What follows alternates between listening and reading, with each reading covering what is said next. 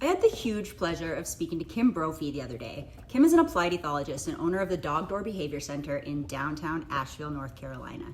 She's the author of Meet Your Dog, the game-changing guide to understanding your dog's behavior, and creator of the L.E.G.S Applied Ethology Family Dog Mediation Professional course. That's a mouthful. Her vision is to facilitate a paradigm shift in our relationship with our dogs. And after taking her course and reading her book, I'm totally bought in. I really wanted to talk about L.E.G.S, and Kim really wanted to talk about Bunny, so we've got a bit of both here, but I hope to chat with her again soon and really take a deeper dive into applied ethology. So what is ethology? At its core, it is the study of animal behavior under natural conditions, with a focus on behavior as an evolutionary adaptive trait. Applied ethology looks at the behavior of captive animals through the same lens, with an emphasis on improving the welfare of these animals.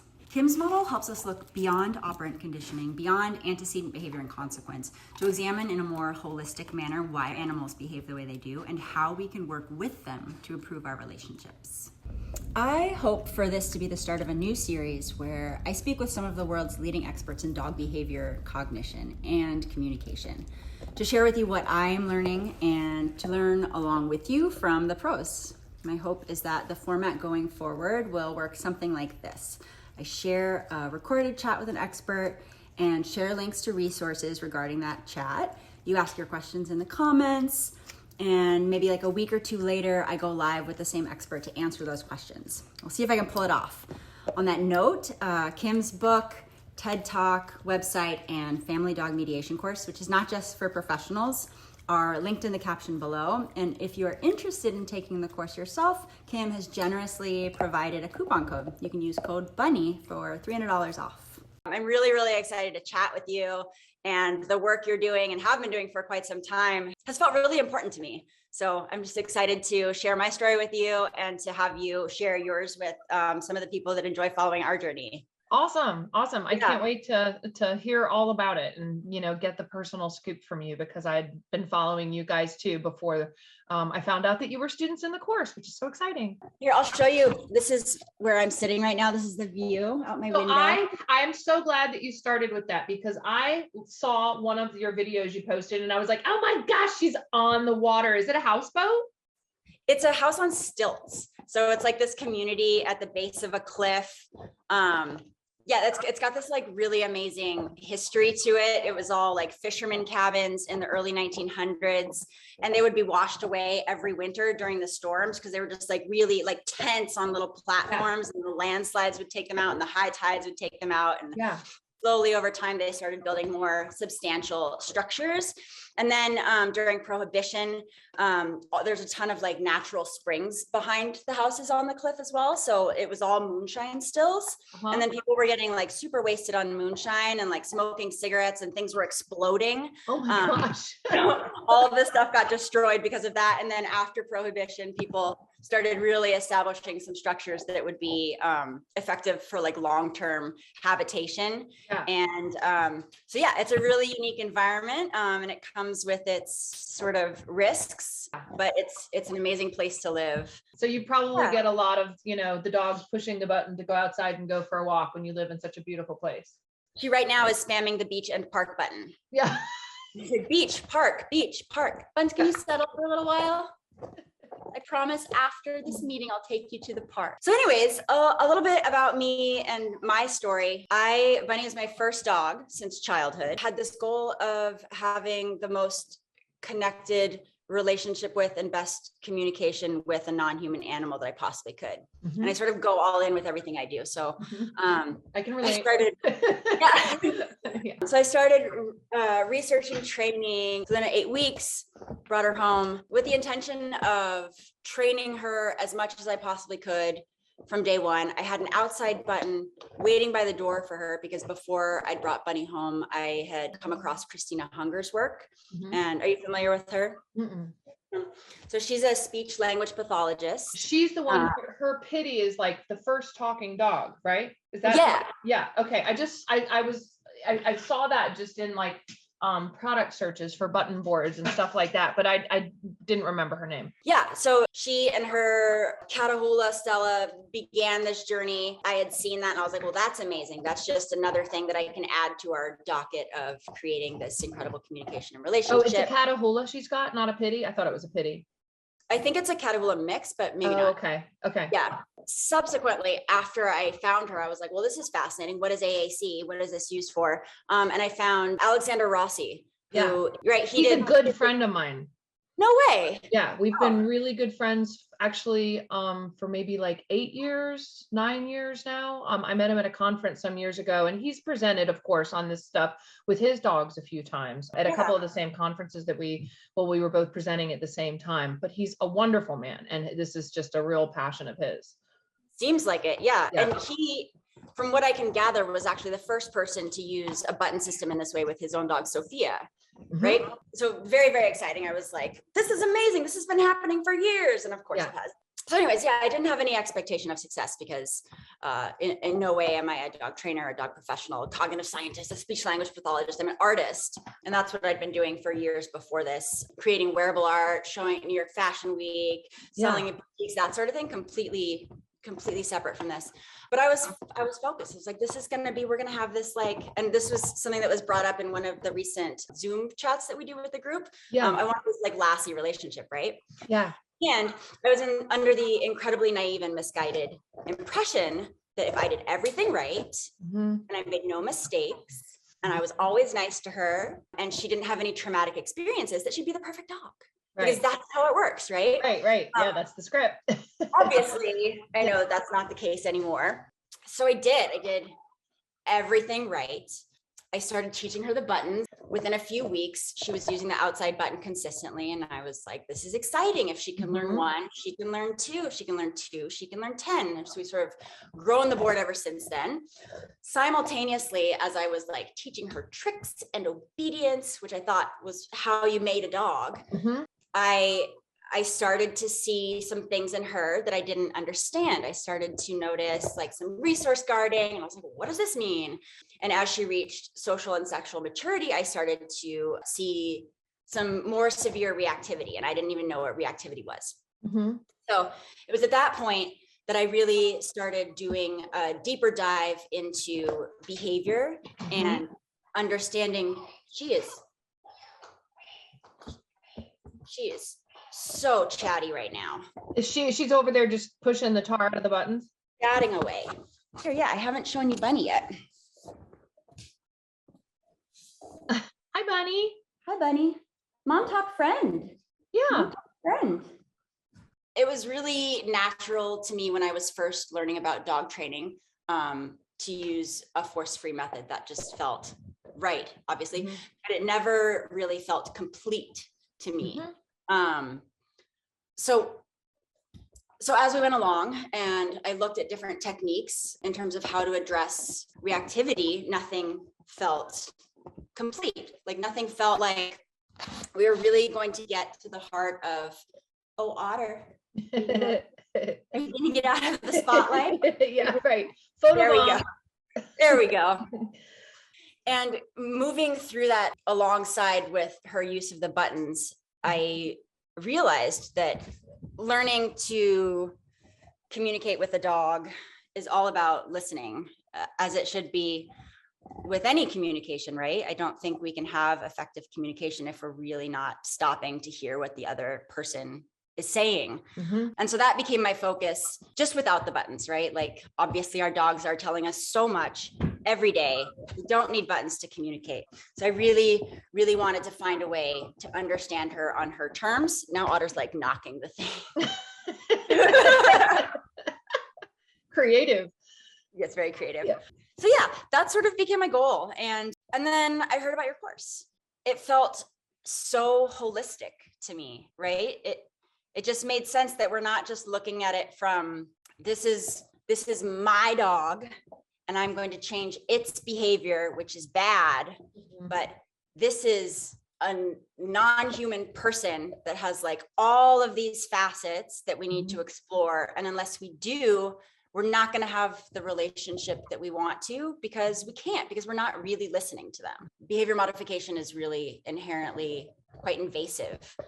And that's how it's felt a lot of the time for me when I'm trying to figure out, how do I change this behavior instead of just creating sort of affordances for her to live happily within her environment. I'm super curious about your journey with the buttons, right? Because I look at the products and they have, all these different colors, and some of which the dogs can't even see because they don't see within that particular spectrum.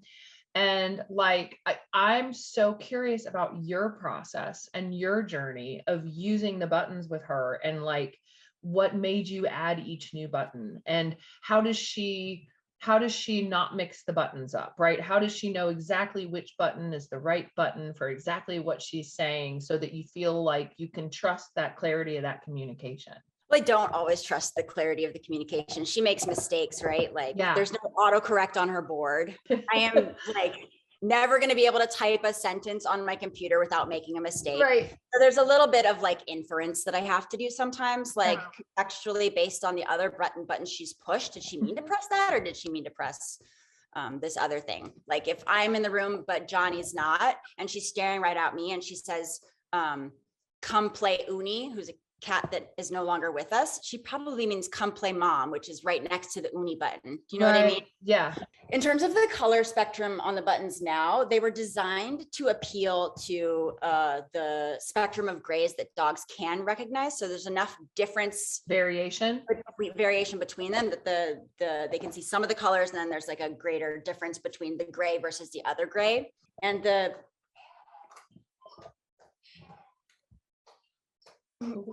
What'd she say? Animal mom, settle. Animal mom, settle. She does it sometimes when I'm in meetings, but she'll say go or bye or all done. All done, animal. All done. Stranger talk. All done. So the way they're organized is based on the Fitzgerald key, which is a system that was designed by Edith Fitzgerald in the early 1900s, who was a deaf teacher trying to make it easier for deaf children to learn grammar and syntax. So they're categorized sort of left to right in the order that a sentence would be spoken. Oh, so okay. The questions on the left. Here, I can sort of show you the buttons. Yeah. Okay. Can you see sort of? Yeah. So we've got, some names: feature, Uni, human, Ringo, friend, stranger, mom, bunny. So the subjects, and then the action: walk, settle, play, help, look, come. And then some things: work, scritches, ball, sound. And then the where: upstairs, outside, home, park. Can you see that spider creeping along? Yes, actually. It's a big spider. Little guy. Yeah. It's somewhat safer. There's a lot of dog paws there. So that's sort of how it's structured. So that in theory, sorry, it's hard to hold this steady for you. She could come over here and she could be like, bunny, play, ball, outside, and have this tactically organized sentence. Okay. Which doesn't always work that way. It doesn't seem to me like she has a very consistent syntax or grammatical structure. So when adding buttons, I wanted to add things that she was intrinsically motivated by: outside, walk, play, the names of specific toys, scritches for affection. So I started with words like that because I thought they'd be pretty easy for her to create a direct correlation between the word and the button if I modeled it consistently and paired it with the action. And then I started to think of other, what else might she be interested in talking about? So it really just observing her throughout the day, fascination with our cats. So I added a cat button. Fascination with one cat in particular. So I added the name of that cat, mom and dad, so that she could tell us who she wanted to play with or walk with, the places that she might want to go, like park, beach, outside. And expanding upon that, I wanted her to be able to tell me what she enjoyed about what we did yesterday, or what she wants to do tomorrow. So I started adding some time-related buttons and started modeling the yesterday by saying, yesterday we did play beacher, or something notable from the day before. Added an ouch button, I think about 8 months in, which has proven to be quite useful. Within the first month of us having it, she was able to tell me that she had an ear infection, ear ouch, shake her head, ear ouch, and like pawing at her ear. Then she was able to tell me that she had a foxtail in her paw. She said, mad, ouch, stranger paw, and then walked over to me and put her paw in my hand. And I was able to look between her toes and pluck out a little foxtail that had been stuck there. Yeah. Does she do that a lot? Like I was just imagining from all of the dogs that I've ever worked with that what'd she say? She said, bird, see. Oh. I see a lot of birds flying around outside.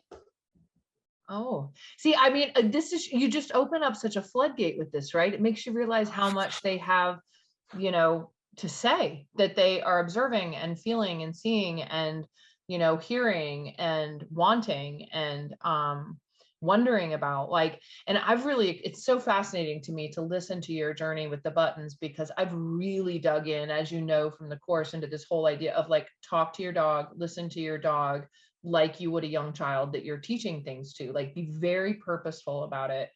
And the dog that I am so obsessed with, my big 150-pound Pyrenees Newfoundland, is the first dog that I've ever raised from puppyhood with that model, just so deliberate and intense. Like I kind of did it with my Aussie years ago, but I was embarrassed about it a little because, like, I don't know, like I was early in my career, and like talking to your dog that much. I'm sure you get that sometimes when you have friends over and like Bunny's talking to you, and then you start talking to Bunny like she's a small child, and there's a certain number of people that are going to be like, like, you just aren't supposed to do that. Right. Like, oh, sure, you're talking to your dog, because we have so successfully enculturated, an entire population of humans to perceive themselves as above all other animals. And we have all of these capacities, like theory of mind, that other animals couldn't possibly have, even though you start really thinking about it and you're like, how would any animal operate in nature without being able to have some theory of mind of others, particularly social animals?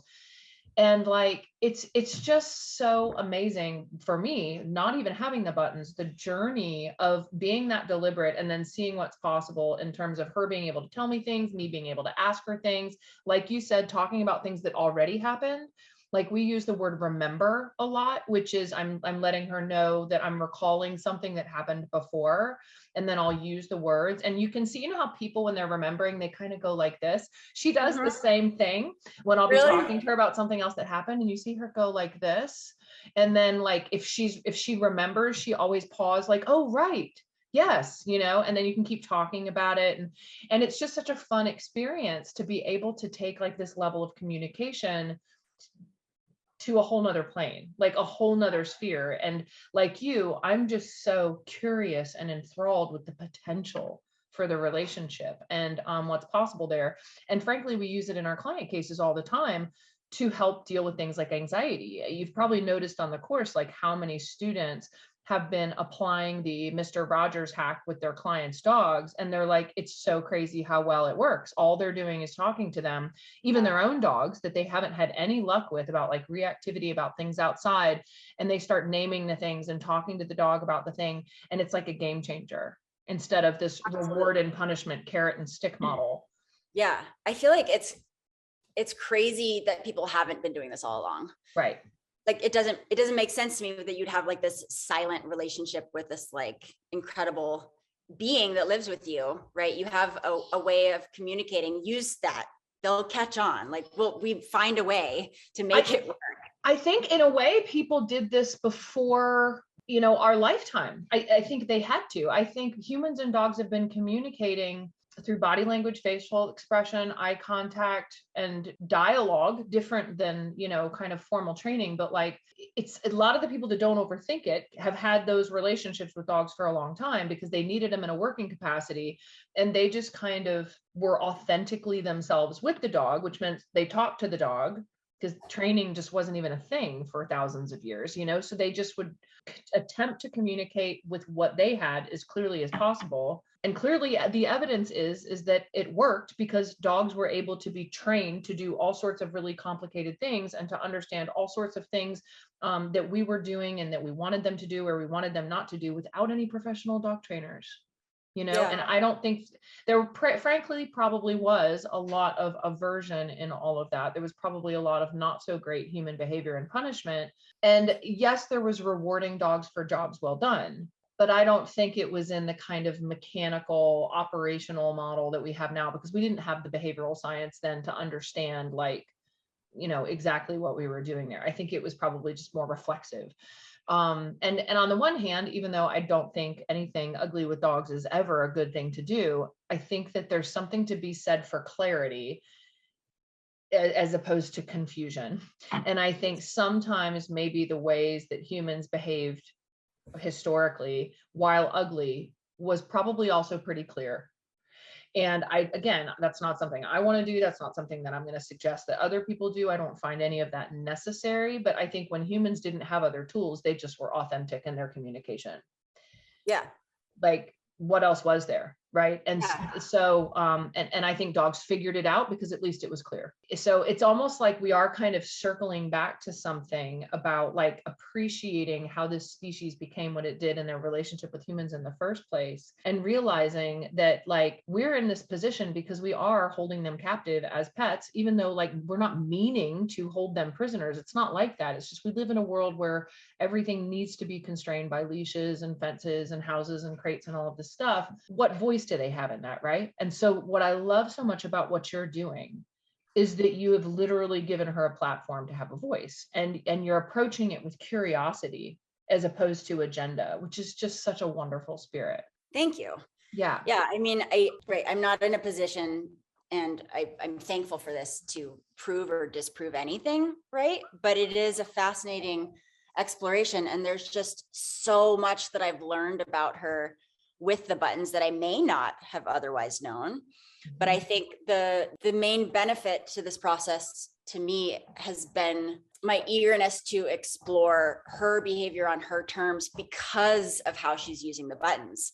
I feel like this type of relationship is, I mean, in general, not just mine with Bunny, but the relationship that you can have with a dog is unprecedented. Yeah. It's unlike anything else that you can ever experience. Yeah. Which is why I find myself like 3 times a week thinking about Bunny dying and just weeping for no reason. Mm-hmm. It's out of control. And I think there's so much more that I can learn from her than she can learn from me at this point.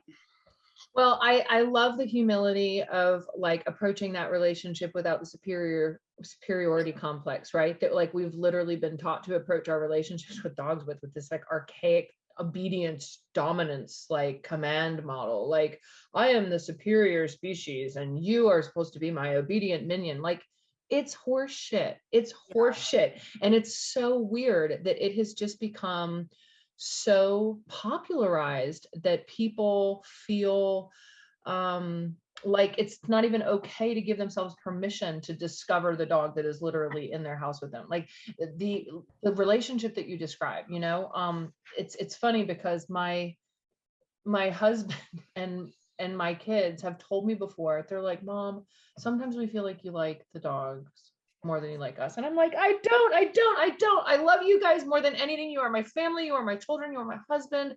Like, but there's something magical here. And it's always been magical and sacred to me. And it's something, it's almost ineffable. I don't really have words for it. Anyone who's ever really loved a dog knows exactly what I'm talking about. It's something that just kind of, it shatters some of the invasiveness of our own baggage or our own complexities in our human relationships. It makes something accessible to us that I think it reminds me of something in my own biology as an animal, where I remember a simpler self than my own modern self. It's like I can connect to a me that is much simpler in such a profound way. And I can have this relationship with these other beings in that simpler, profound way.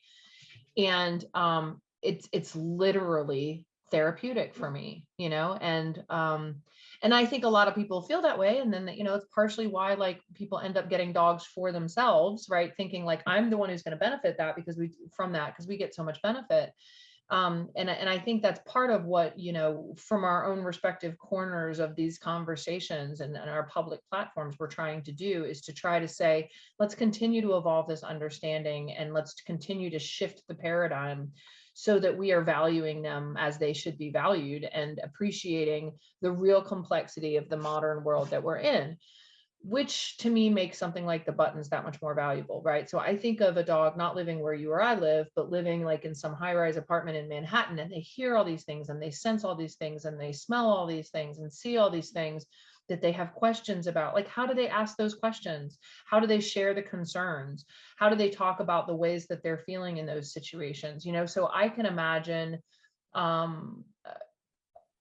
real niche for this whole approach to living with an animal. And I would really like to see it evolve and become a little bit more better understood, by science, by the academics, by the general public, so that we can really harness what's there. One of the only reasons I haven't gotten the buttons myself is I'm like, man, I feel like I would just be so intrigued with it. Like that, this would be the end for the husband. He would be like, I can't, you put the board in the middle of the freaking living room. And now literally our life revolves around what the dog has to say. He would just be so over me. And he already tolerates a lot of my dog nerdiness. It's miraculous. And I do think that it's something I hope becomes more normalized. At some point, we should definitely bring Alexander Rossi, and have a little, chat about the whole thing and talk about what made him look at it at the first place, Yeah. Because Estefania, I think that's her name. Estefania, it means dirty rag in Portuguese. And that's her name. She was the FaceTiming dog. Yeah. Right. But Sophia, I think, was it Sophia that did the buttons? Oh, I thought it was Estefania, but you know what? It might be that Sophia, is the one that's done the buttons. Now, he started it all with Estefania originally because he had, I don't even know how he built this, but he had built in a way to FaceTime her. And then she could push different buttons to answer questions in the process of the FaceTime conversation. Okay.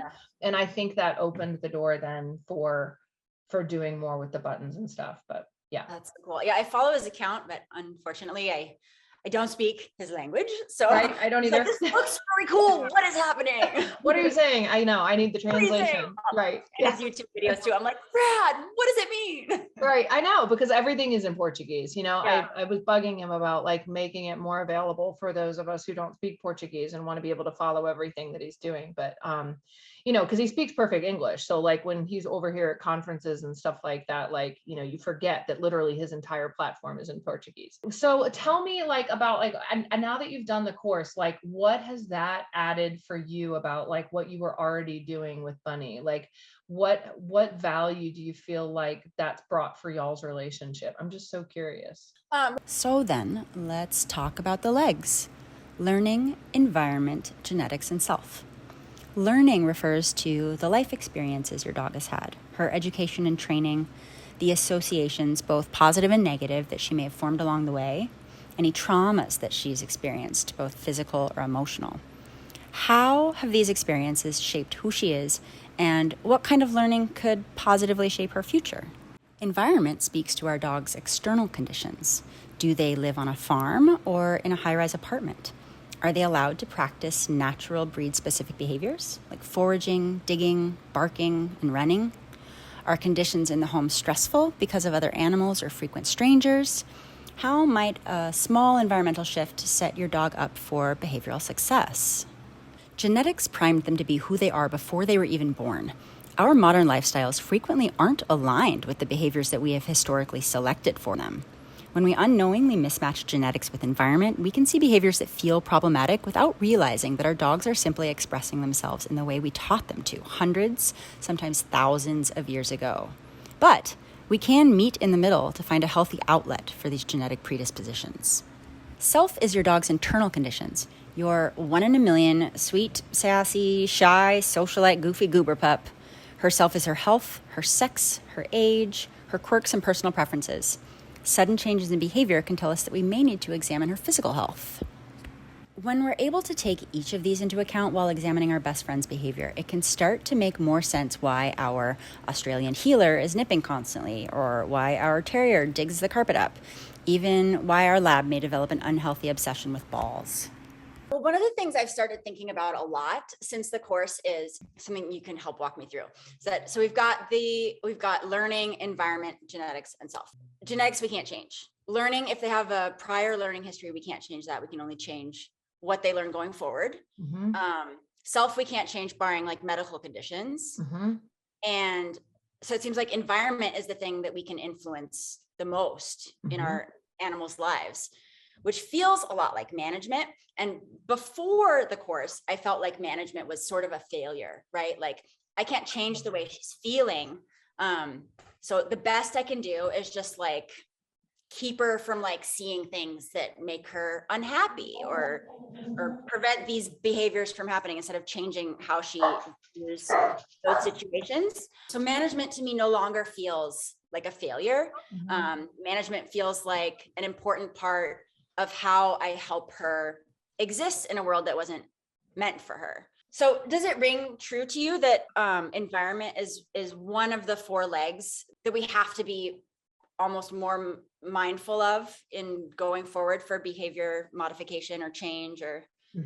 Yeah, I think, you know, one of the ways that it's funny, it just popped out in an interview I did a few weeks ago, but it's really stuck with me. I feel like I brought it up at the Q&A in the L.E.G.S group too, is this whole idea of like, if the square peg doesn't fit the round hole, make the round hole bigger. It's just Sally. Sally's just upstairs. Yeah, all done. Thank you.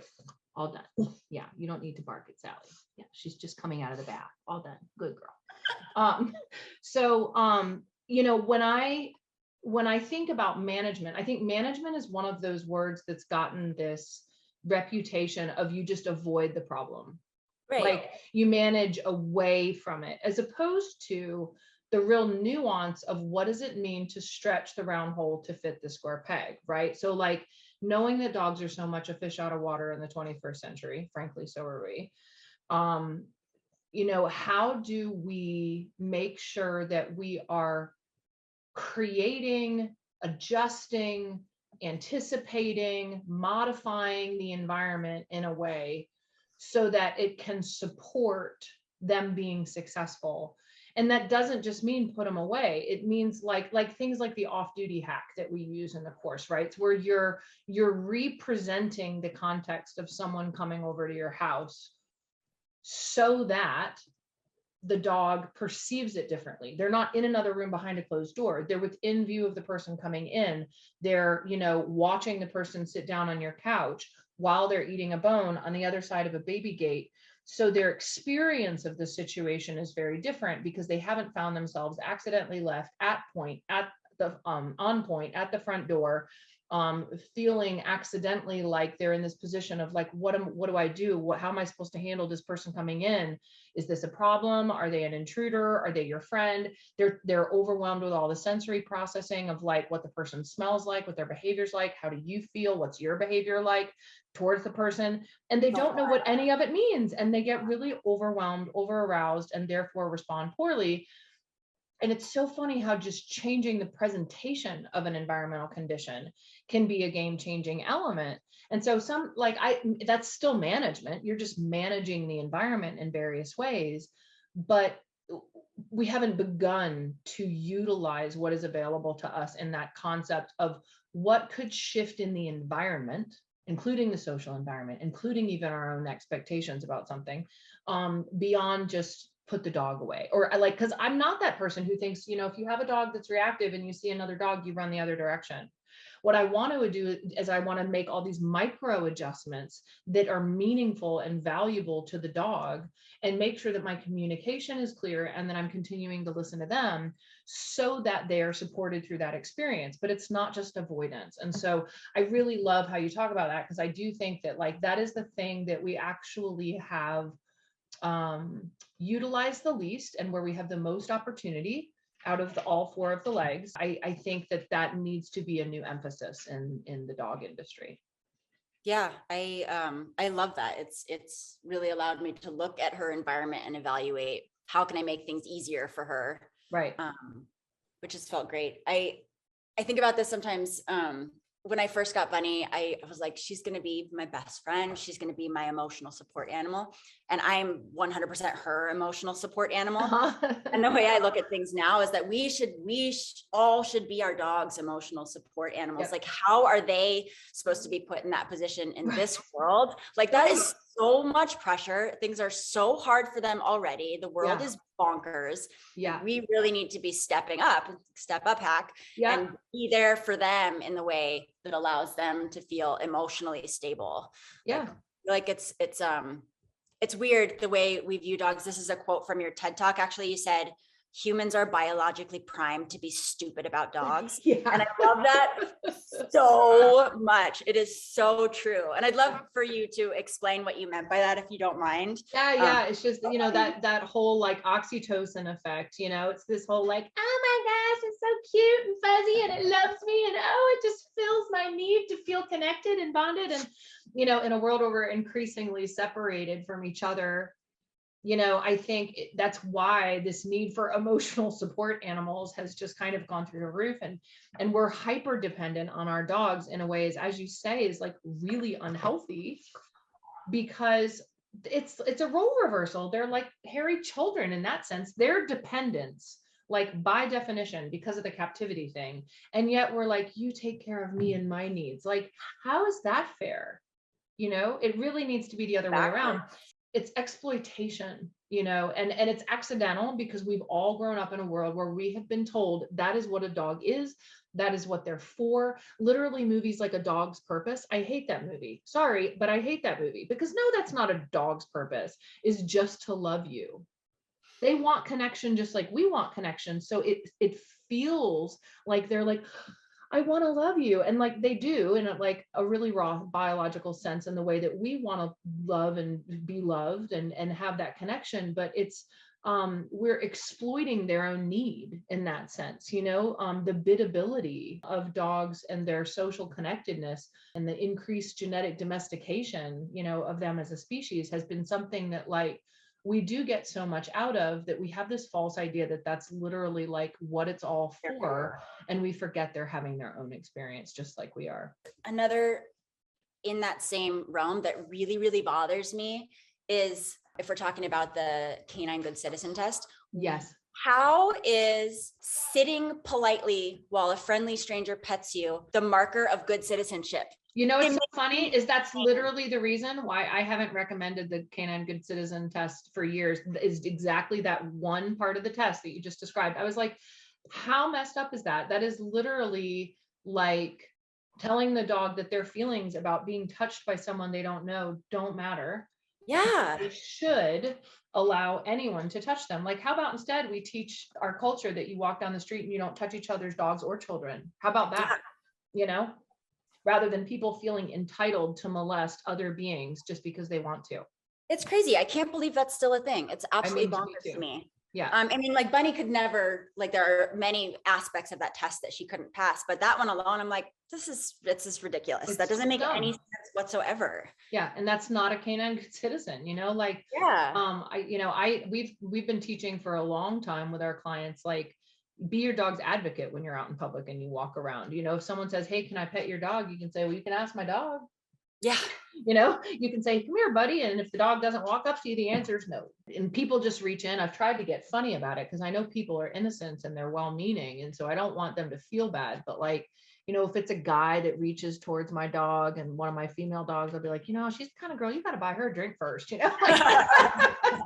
I always, they're like, oh yeah, that's loud and clear. Like, that's a little rude, getting handsy without a handshake first, Oh, I love that so much. Yeah. But that's just what we think. And then, people are bringing in breeds of dogs that were specifically developed, not to want to be touched, right? Where they're just like, no, I don't want to be touched by a stranger. I'm bred to be wary of strangers or controlling of strangers or protective against them.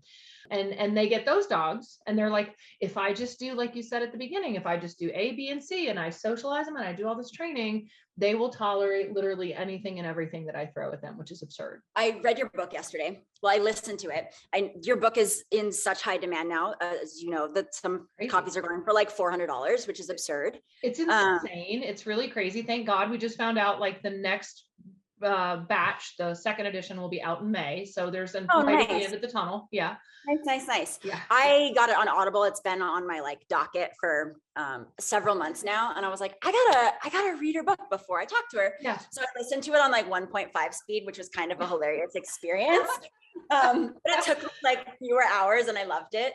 It reminds me of like Tinder for dog human relationships. Like we need an app, which is like, hey, I'm a 2.5-year-old terrier. I have an intact predatory sequence. Right. I like long walks in a mole infested field. I'm tenacious AF and I love to party. Right. I love it so much. I feel like there's, I feel like your book really did that. It approaches how to find the right dog for you in a really fun That's way. your new assignment. You're going to write the verbiage for the joking Tinder site about like dogs and stuff. I think that would be so freaking funny and would just completely target a certain, population of folks. Like I could so see that. Like, do you like a little badass in your bitch? Look at the terriers, like, I mean, totally. because, like I'm a 10-month-old Belgian Malinois. You want the truth? You can't handle the truth. Right. I know. Right. Yeah, exactly. But like, that's the thing is that if we don't start getting more honest and finding ways to make the honesty palatable, rather than just like harsh and overly academic or whatever, like then nobody's going to hear it. And actually right now, my project that's just started this morning is I'm going through the whole course and I'm paring it down into a 1-hour version for the public. I love that so much. And that is going to be absolute insanity, trying to do that, but it's going to be really wonderful to try to see if we can get something that's like a really simple version of the same content that is digestible and drives the message home of you haven't really been told the truth. Nobody intentionally lied to you, at least not many people. Most of it was just a gradual building on one set of misunderstandings and then another. But the result is we all feel like we've been lied to and that the things that we thought about dogs just aren't true. Yeah, I was so misled or misinformed. They've been taught that dogs are the exception to all the rules and that their entire purpose is to be here for us. And every time another one of those movies comes out, it makes it worse again. It's like, see, all the dog wants is to love you. No, it's not true. They have their own wants and needs and, experiences. And so, it's cool though, because now it's like, I feel like it's been nothing but doors slammed in the face of this conversation for decades.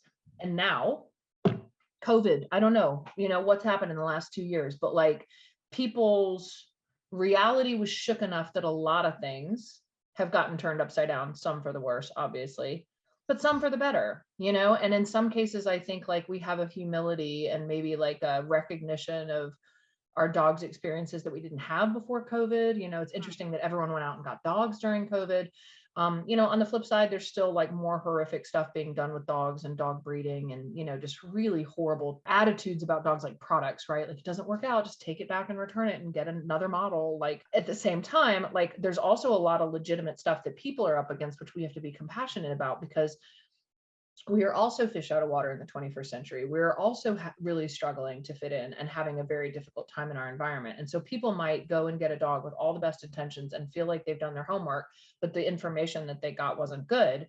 And so they went into something thinking that these things would be true and then they weren't. And then it doesn't work. It's completely dysfunctional. And then the best thing for the dog is to be rehomed. But that's a cycle that we have to start breaking at its source, right? That's the whole point about like the Tinder version of the reality of what they're getting into. And actually we've got a group working on that very project right now, just in terms of getting into the level of breeds beyond the breed groups in the L.E.G.S group.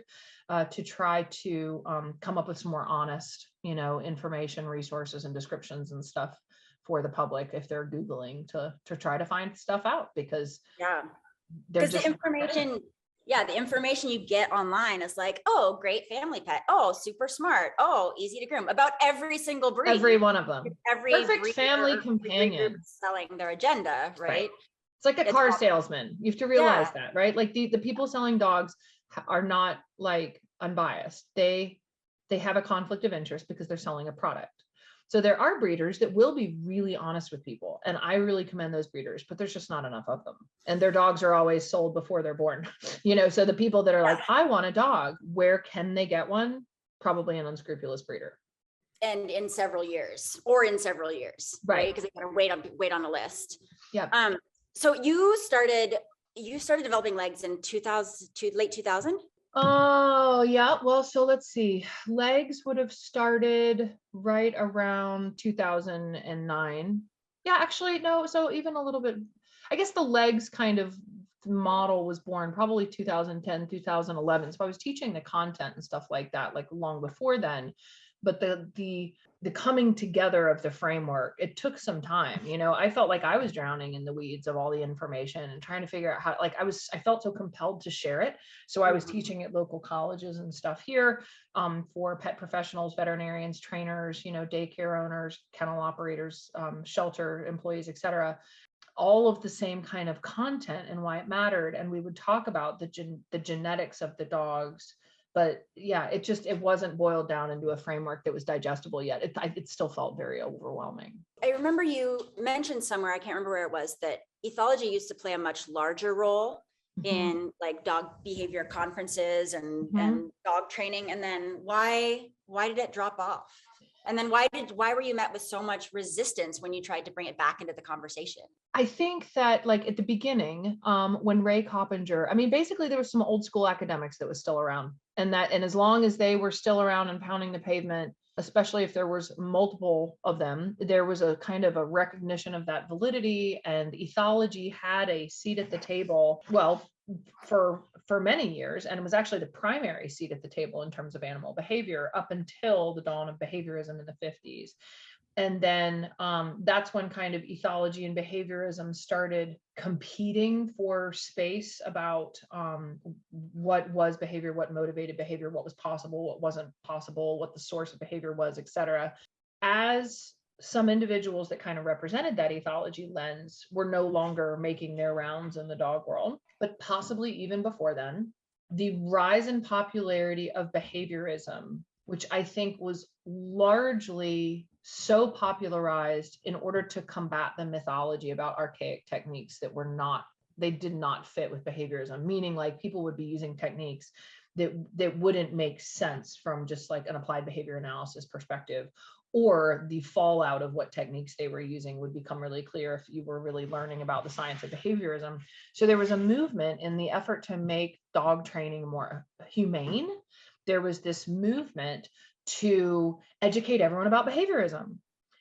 And then it became a religion of sorts, frankly. It became something that the industry just attached itself to so firmly. And then there were some individuals that were kind of strict behaviorists, because there's always been a form of behaviorism which believes that everything is nurture. And yet that was kind of more extreme. And even Skinner himself, like he believed in radical behaviorism, where there was, larger explanations and sources for behavior and things like that.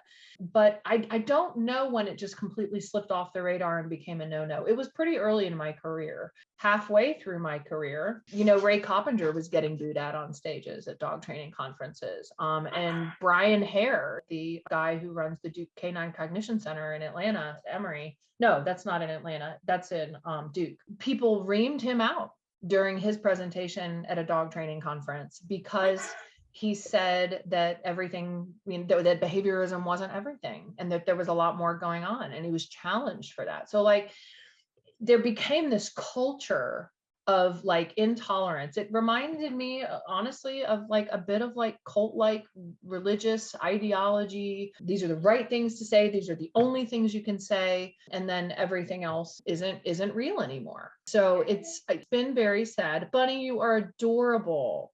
Yeah. She's like, well, mom seems busy over here. So I think I'm going to have to come over here and make sure that mom is really listening to how important I am. Oh my gosh, she's been just spamming the park outside. Has she the whole time? This whole time, just park outside beach and whimpering, which she never does at this time in the morning. It is only because I am on the computer right now. Yeah. She's like, how dare you? Right. You are my emotional support human. You will pay attention to me right now. That's right. Mom, I told you, and you're not listening. You know what the buttons mean. I've trained you really well, and you know what park outside means. You have. She does this thing, speaking of having me trained well, where she'll shove her favorite squishy ball under the couch And then she'll go, where ball? Mad, ball. Where Oh, I ball? saw you Ball. posted a video of that the other day. Me and my daughter were cracking up about it. And I mean, this happens, you know, every other day or something. She knows exactly where that ball is. She knows exactly what the game is. The game is I fetch her ball and then she puts it back into the couch and then I fetch it again. That's Right. the game. Because then she has your undivided attention again. Has my undivided attention again. Gosh, she's so funny. Yeah, Bunny. Mom will get off the TV in a minute. Yeah, Mom will take you in a minute. We'll go to the Yeah. park maybe. We're almost done. We've been on about an hour, so we can wrap up for Bunny's sake anyway. If you have time, I have time. I'm loving this chat, whatever you're comfortable with. I probably should go. I could talk to you for hours too, but this is the kind of thing I'll get lost in, and then I won't do what's on my to-do list for the day, and then I'll be dreading my morning tomorrow. But I mean, this is so fun, and we should do it again. You know, I really hope a lot of your followers can appreciate what we're chatting about. I think all of my followers will really appreciate this perspective. You know, I feel like I'm learning along with everyone. So it's sort of this group journey. And the more I learn, the more I'm able to share. And I feel like I'm just starting. I've had some instincts, which I think have got me to where I am right now. And I'm just trying to get some of that technical knowledge to catch up now, which is overwhelming. There's just so much. The more I know, the more I'm like, I don't know anything. It's one of those things though, the more you know, the more you realize how much you don't know. Like that never ends. Yeah. Yeah. But it's been such an amazing journey. And I really, really love the perspective that you bring to the table and how much I've been learning from you and the group. Yeah, I would love to chat with you again. Awesome. That'd be super fun. But thank you so much for asking me to chat. And this has just been a blast. I hope we get to do it again. I hope so too. Thank you so much for your time. Yeah, I'll talk to you soon. Sounds good.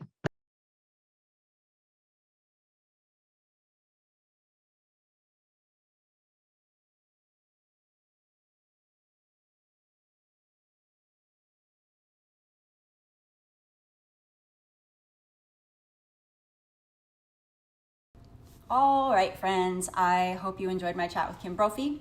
Don't forget to leave your questions in the comments. And if you're as excited about this series as I am, like and subscribe so that algorithm can do its thing. All right, we'll see you next time.